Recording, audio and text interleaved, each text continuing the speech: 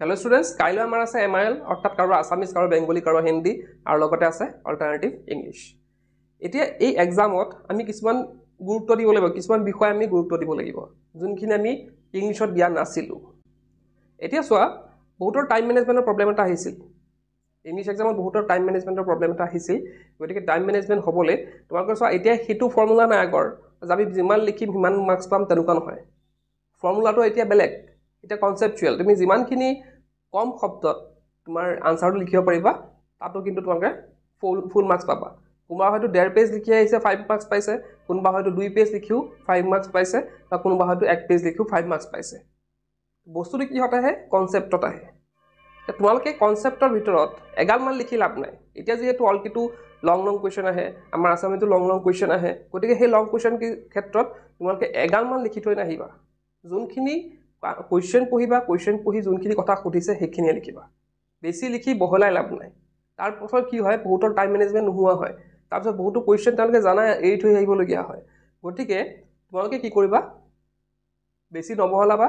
আৰু এটা এডভাইস কৰিম কি তোমালোকে জানা পা ষ্টাৰ্ট কৰা। জানাৰ পা নজনালৈকে ষ্টাৰ্ট কৰা। যোনখিনি আগত জানা সেইখিনি আগত লিখি যোৱা। তাৰ পিছত নজনাখিনি তোমালোকৰ যোনখিনি পঢ়িলা তোমাৰ আইডিয়া লগাই পেলাই তাত লিখিব চেষ্টা কৰা। সেকেন্ড পইণ্টটো হৈছে যে এতিয়াও বহুতৰে কিন্তু পঢ়ি হোৱা নাই। মই যিমানখিনি জানো বহুতৰে হয়তো তেওঁলোকে পঢ়িছে পঢ়াটো, কিন্তু এতিয়াও বহুত কমপ্লিট কৰিব বাকি আছে।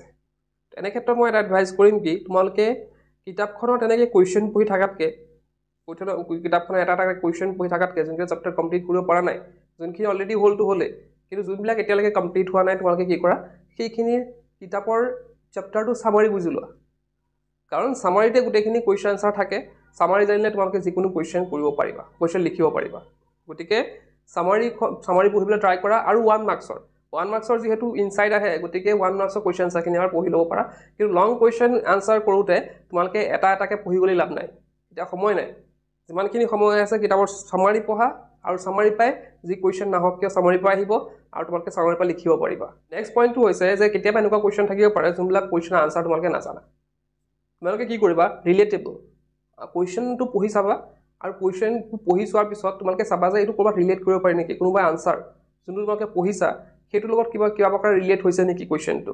তো যোনটো ৰিলেটেবল আনসাৰ লাগে বা যোনটো ৰিলেটেবল কোৱেশ্চন আনসাৰ তোমালোকৰ মনত আছে সেই কোৱেশ্চন আনসাৰটো তোমালোকে লিখি দিবা। তেতিয়া কিন্তু ফুল মাৰ্কস পাবা আৰু শুদ্ধকৈ লিখিবা। এই আছিলে কাইলৈ এক্সামৰ বাবে মনত ৰাখিবলৈ 3টা পইণ্ট।